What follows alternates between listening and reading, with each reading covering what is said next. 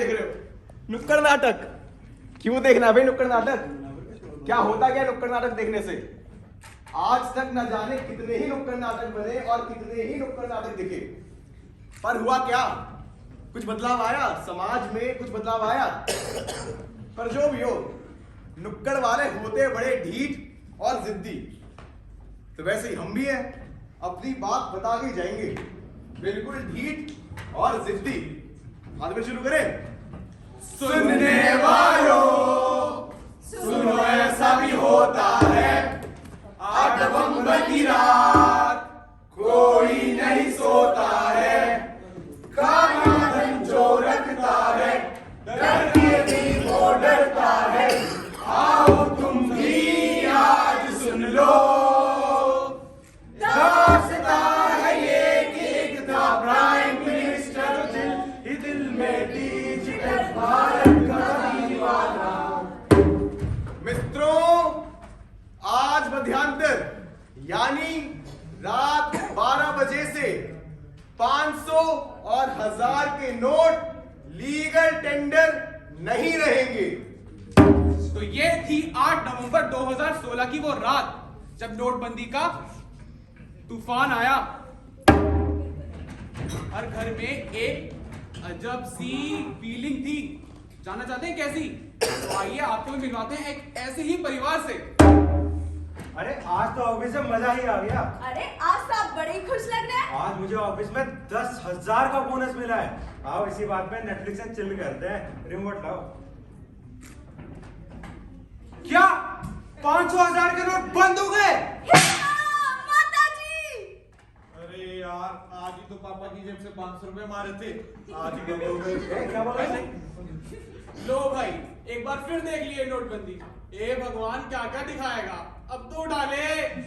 दादाजी को क्या पता, इन्हें 2020 में कोरोना वायरस भी झेलना है। ना जाने क्या क्या करवाएगी आ रही अब सरकार।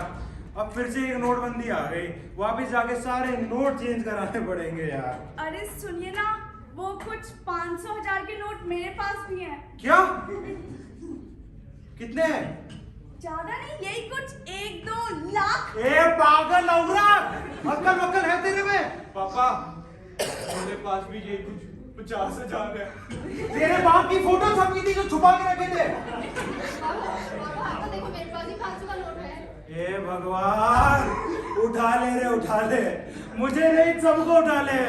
रब्बा और सहा ना जाए कुछ तो बोल बोल बोल। रब्बा किस्मत के दरवाजे अब तो खोल खोल खोल। इस देश को आखिर ये हुआ क्या? कहीं दुख ही दुख है तो कहीं खाने को पैसा भी नहीं। आइए इस बैंक की लाइन में लगे लोगों से जानते हैं इनके विचार। क्या बताएं मैडम, मेरे को तो ये लगता है ये साल पूरा लाइनों में खड़ा रहने में निकल जाएगा। पहले जियो की सिम के लिए, अब नोटबंदी के लिए। आप बताइए। अरे माँ, अरे आप पहले पूछे। आप बताइए। Excuse me, I'm taking selfie. Hashtag नोटबंदी. Hashtag standing line. Hashtag better dressing report. Better dressing sense than you. Excuse me, देखा आपने पोलियो ड्रॉप ना पिलाने का नतीजा? अरे भाइयों, मैंने तो ये भी सुना है इस नोट में चिप लगी हुई है जिससे सारा काला धन पकड़ सकते हैं। And you know what?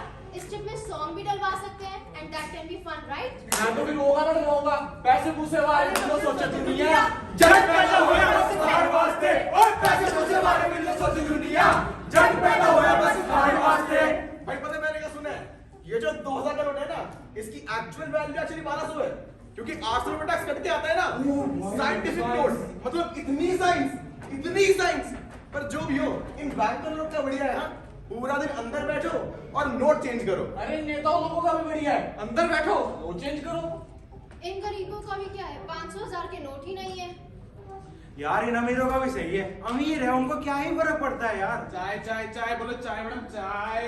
Sorry भैया, I'm lactose intolerant. हट, ये अमीरों को चोचले। अरे भैया हमें भी पूछ लो, घर में मीठा बिल्कुल नहीं। मेरे में दूध बिल्कुल नहीं। मेरे में चाय पत्ती बिल्कुल भी नहीं। कल मोदी जी आए थे, नोटबंदी पे बात करके गए हैं। काला धन पकड़ना ही था तो ये पॉलिटिकल पार्टीज की फंडिंग पे आरटीआई क्यों नहीं लागू कर देते? तू चाय वाला है ना, चाय बेच रहा पॉलिटिक्स में घुस रहा है। ये आजकल यार, ये चाय वाले पे ना जो भी है भैया को पीडीएम कर दिया मैंने, ठीक है। पीडीएम पे 10 रुपए प्राप्त हुए। यार, ये लो हमारे 100 रुपए, जो तुम्हारा 10-20 का हिसाब बनता है कर लो। अरे क्या बाबूजी, छुट्टा नहीं है क्या? भाई चलती फिरती चाय की दुकान लेके घूम रहे हो, थोड़ा छुट्टा नहीं रख सकते? अरे बाबूजी 100 लोग मिलते हैं आपकी तरह रोज, सबको क्या छुट्टा बट्टा भी रू? एक बात बताओ, हमसे पैसे कर रहे हो और इनसे पैसे ही नहीं ले रहे, तुम्हारा तो दामाद लगता है। ऑनलाइन पेमेंट करके गया वो, क्या बोलते हैं उसे? यूपीआई। यूपीआई? अरे चचा, यूपीआई नहीं जानते क्या? अरे सब यूपीआई वगैरह जानता हूँ, झंझट है तुम्हारे यूपीआई। अरे झंझट क्या है, सुविधा ही तो है। ये देखो कोई छुट्टे का झमेला ही नहीं है। यार एक बात बताओ, कल को नेटवर्क चला गया, कल को सर्वर डाउन हो गया, तो हम कहाँ जाएंगे? और यही किसी ने बटुआ मार लिया, घर पे कैश भूल गए, तब क्या करोगे? अरे बात बताओ बेटा, मेरे जैसे आदमी जिसको फोन तक चलाना नहीं आता अच्छे से, वो यूपीआई कैसे चलाए? अरे तो आप जैसे बुढ़ाऊ काम क्या करे, हमें तो देश के साथ चलना है कि नहीं चलना? छोटे तमीज से बात कर, उम्र का लिहाज कर। मोटे तो यूपीआई कर, दिमाग का इस्तेमाल कर। अरे नहीं मानो, मुझे पहचानो, मैं हूँ लाई 500 के नोट। नए नोट, 500 के नोट, लाई नए नोट। पहले मैं भाई मैं चेक करके दिखाऊं, भाई मैं चेक करके दिखाऊं। तो ये है हमारे देश के बुजुर्गों और युवाओं की सोच। हमारे देश में काला धन इतना बढ़ गया था कि ये बहुत आवश्यक था।